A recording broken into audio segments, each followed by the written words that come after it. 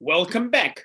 We have now another keynote sponsor speech from the BTCU company. I see that Eric Ma is already here. Eric, the stage is yours. You're welcome. Great. Thank you so much, Sergey. It's a pleasure to be here. The topic I would like to discuss today is the topic of changes. And just to introduce myself, I am Eric Ma. I'm the CEO of BTCU. And this keynote speech is not based on, it's not going to be totally based on BTCU because, we don't want you guys just to listen a whole spiel about that. Although at the end, I will share a little bit about it because I'm really excited about the project. So as far as changes goes, I think it's a topic that everyone, it's very general. I think it's a speech that basically will involve everybody because there's changes in every aspect of our lives. So, some of the things that involves changes is changes in leadership, right? As we've seen in the last few years and always, 100 years before. And it often brings changes, whether if it's a government or a company, it will bring changes to these and affect our lives. Changes in the way that we use money, going from bartering back thousands of years ago, where they're trading food with goods, to trading shells and blocks of salt, to be using coins, cash, and then credit card. Credit card was quite revolutionary, and then now the real revolution is cryptocurrencies on blockchain. Changes in my life. So I think I come from a background that's different from a lot of people who are either from the tech industry or from, the financial industry. Not all, but most are. I actually started my career as a landscape architect in the United States and did that for 10 years. I loved it. So I'm quite a right brain kind of a person. So design was definitely part of my nature. However, when I made the move into Asia with my family, landscape architecture is not really a huge industry in this space. So over here, so I had to shift careers and I got involved in HR, human resources, which was interesting. And I think what I've learned at human resources is how to deal with people, which helps with my management skills. So I did HR, believe it or not, for 10 years in the education industry. And blockchain. Now I am involved in blockchain for the last 5 to 6 years. And I think that's been the most exciting in my life because it's kind of fulfilled a dream in that, I missed the internet bubble, or I shouldn't say bubble, but internet's boom. And, having missed that, I always had a slight regret of like, I was kind of old enough. I have friends that I went to school with that, now they're millionaires and because they got involved in the internet boom. So now being now in blockchain, I've been involved with data aggregation side at CoinMarketCap, which I was a core member of previously, and seeing the internal workings from the exchange side. I headed up an exchange out of Singapore, and now I'm directly involved within BTCU. So it's been exciting to see it from all kind of levels, and the more you see, the more you understand the space, and the more you see, the less you know. It's kind of like one of those things. So continuing onto the subject of changes, I want to discuss the different generations of crypto in perspective to how tech has changed in just the short 10 years, 10 plus years that, since Bitcoin was invented. So with blockchain, we could see similar progression and development that is comparable to the emergence of the internet. So I think the comparison between the two is kind of neat because they're kind of running in parallel now, and it's kind of interconnected and kind of hard to say if it's really blockchain or internet now. As we all know, blockchain technology was first outlined by Satoshi Nakamoto in the Bitcoin white paper, which was revolutionary. I think that's one of those things. The white papers is something you read, you might have to read 3 or 4 times or maybe 5 times to really until it really blows your mind away. Maybe for some of you who are smarter, maybe it just takes 1 time, but it took me a few times before it really blew my mind away. And despite its initial conception as a means to power a worldwide decentralized peer-to-peer current payment system, blockchain technology has gone on to find a home in a variety of industries. So let's look at the first generation of Bitcoin, or first generation of cryptocurrencies and blockchain. So Bitcoin and cryptocurrencies are basically the first generation of blockchain or first of cryptocurrency. So the development of the World Wide Web was marked by 3 phases. And today we're also going to be looking at blockchain and cryptocurrencies in 3 phases as well. And today we consolidate the stage as Web 1.0 compared to blockchain cryptocurrency 1.0. So Web 1.0 marked the fundamental beginnings of the internet as we know it today, where the World Wide Web was constituted by a set of static websites, did not provide interactive content. And when the internet came out, it wasn't too exciting, but it was just neat to be able to log into something, a chat, and be able to chat with your friends online. But it was revolution for its time, no doubt. Blockchain technology relies on a shared public ledger that entire cryptocurrencies network rely on, whereas one might rely on a trustworthiness of a bank to authenticate the integrity of a ledger. A blockchain instead relies on cryptography as its proof. So it's a really cool design in that it's a entire trust network that is just, you don't have to trust any third party. So it's just you and somebody else on the other end. While Bitcoin has proven effective as a store of value, many have called it gold 2.0. I think a lot of that is we're starting to see that rather than a peer-to-peer payment system. And critics have noted that Bitcoin's relatively simplicity, its inability to handle contracts or trust agreements, and its limitations in terms of throughput have hampered its ability to one day serve as the de facto cryptocurrency, world currency. And I think we see that it's definitely not that now. And that's why further development from generation 1 needed to happen. So whereas like compared to the internet, which was first developed as a means to share information, and the hyperlink was the greatest tool in its arsenal.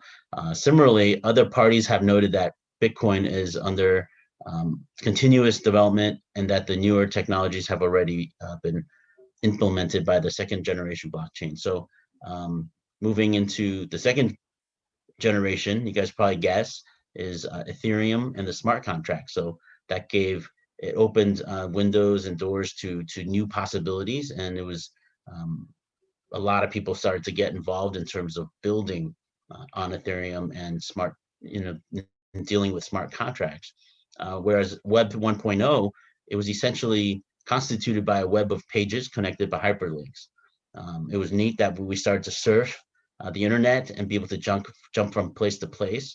Web 2.0 introduced the idea that web design could aim to foster creativity, collaboration by social sharing. And we're seeing the same thing on Ethereum and other platform tokens, such as Polkadot or Cardano. So the second generation of the technology, first outlined by Bitcoin's white paper, brought with it the idea that assets and trust agreements can be managed by a blockchain. So Ethereum represents the foremost second generation blockchain. They were the first movers regarding that. Vitalik and his team, Gavin Wood, had designed this technology to really so it allowed people to see the real use of blockchain.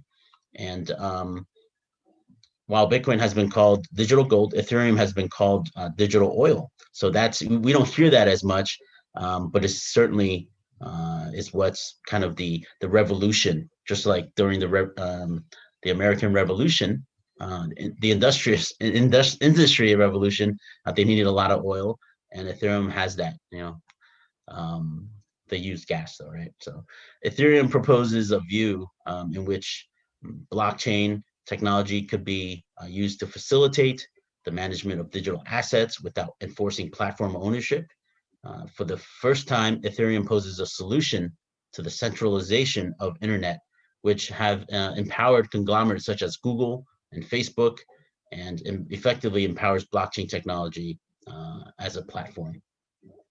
So second generation blockchains such as Ethereum threaten not only to disrupt our understanding of a monetary system, but could further pose serious consequences for litigators, regulators, and officials.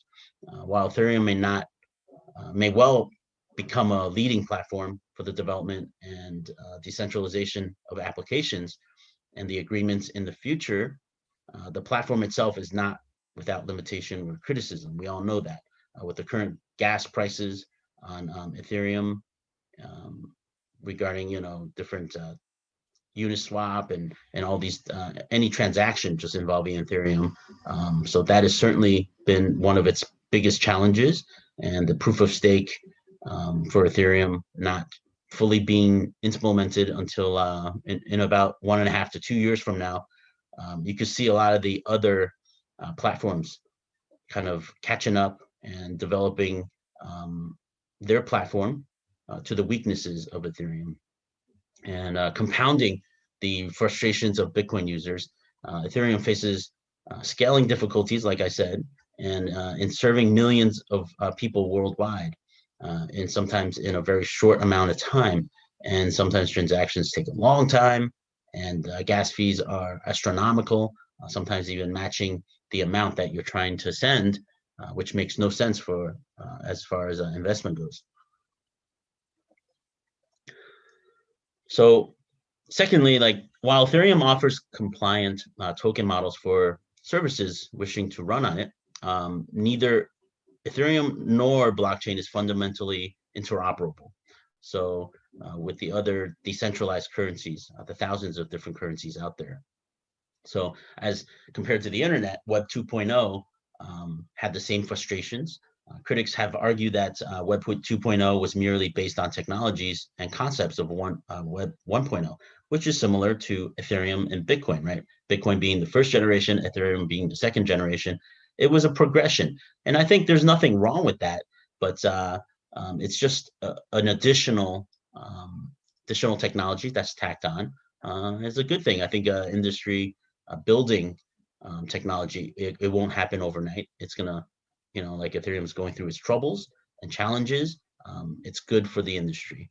So it is imagined, however, that there may be yet ample opportunity to refine both blockchain's technologies and the internet moving forward. So basically, we're at Web 2.0 in our current space, and but however, our blockchain is you're starting to see it move a lot faster. With the third generation of crypto and Web 3.0 just around the corner, it's expected that the continued development of the web and the platforms and applications that might run on it will field what might be titled the intelligent web. So that's really exciting. I'm seeing a lot of cool projects, such as Deeper Network, which is creating a decentralized private network and becoming a gateway that offers endless connections to DeFi ecosystems. And in the same way, blockchain technology has several pillars to become more intuitive and usable to millions of people around the world. In this way that physical infrastructure needs to be extended to provide internet access to billions of people around the world, blockchain technology also requires a salient scaling solution. So I think a lot of the Generation 3 crypto capabilities are dealing with particular issues, and they're trying to solve those issues that we saw in generation 2. So while several newer cryptocurrencies have debuted with the promise of accommodating more transactions per second, maybe focus on that. One of the fundamental qualities a third generation blockchain will offer is the need to have credible scaling as a solution, regarding whether that takes place by altering the properties of a blockchain itself or handling more transactions through a second layer technology. So such as the Lightning Network, which has been around for a while. So as we move further, maybe second layer, Lightning technology or the Lightning Network will be a thing of the past. So where the World Wide Web, compared to that, we will need to become more intercommunicable. And so blockchain technology requires a form of interoperable assets to diminish reliance on cryptocurrency exchanges. There is the argument that blockchain technology and Web 3.0 may ultimately become one and the same, so that you can't really distinguish, if you're using Web 3.0 or blockchain. So I think that will really drive mainstream adoption when that happens, because that means the two technologies have really meshed together. And I think that's something really exciting we have to look forward to, and further development when that happens. So leading to the push towards fourth generation of cryptocurrencies, there's projects like our project BTCU, Bitcoin Ultimatum, which has already launched its mainnet, and we are looking to list on tier 1 exchanges very soon. So where internet requires an open and secure platform to power a more intuitive experience, blockchain technology might be able to provide an open, immutable, and decentralized platform to power future transactions and applications on the internet. BTCU not only has one solution as compared to a lot of the problems in the generations 3 cryptocurrencies face. It's actually a combination of many solutions into one. So one of the things that BTCU really accomplishes is it deals with the energy efficiency of the mining aspect. So on BTCU, the mining efficiency and the power, because that uses a different consensus mechanism, it's a decentralized UPOS. So it's a ultimatum proof of stake. Very little power is consumed when you mine.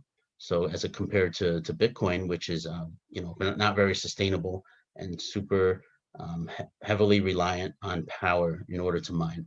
We also focus on the low transaction speed issues, and so on BTCU, our transactions are very high. It's over 10,000 basically transactions per second, which is faster than any credit system out there, like MasterCard, Visa. Their maximum is about 12,000 transactions per minute. So we're set up to do amazing things. So that's a combination of two solutions, the power use and then the transaction speeds. And then the last thing is the capabilities to scale and fraud detection. So let's look at the leasing aspect. The leasing aspect will allow people to basically, they will allow people to use the leasing to help along with the transaction speeds. We'll have atomic swaps, private transactions. So we have privacy transactions. So privacy is another feature that certain coins like Monero, that is basically their main feature. So as I talked about the other features we had, we also have a privacy feature where every transaction could be optionally turned on and off in terms of privacy. So that is a great option for people who want a little bit more privacy in their transactions. Versus, Ethereum and Bitcoin, it's quite transparent. It's not anonymous. So these are problems that we face. And of course, the smart contracts feature. We have smart contracts. We can build an entire ecosystem. We've built a great, basically assets. We can tokenize assets, and we're connecting to smart cities and tokenizing real estate that will allow future dApps. It could allow our platform directly to purchase real estate and any asset, online and through the blockchain securely through a smart contract. So without further ado, thank you for having me here. And if you want more information on BTCU, feel free to visit us at BTCU.io. And it's a pleasure to have you watch, and hopefully one day we'll get a chance to meet. So thank you very much. Thank you, Eric Ma. I want to remind you that this is our sponsor of this event, here it is, Digital Week Online, the company BTCU. Stay tuned. We'll be back very soon. Thank you.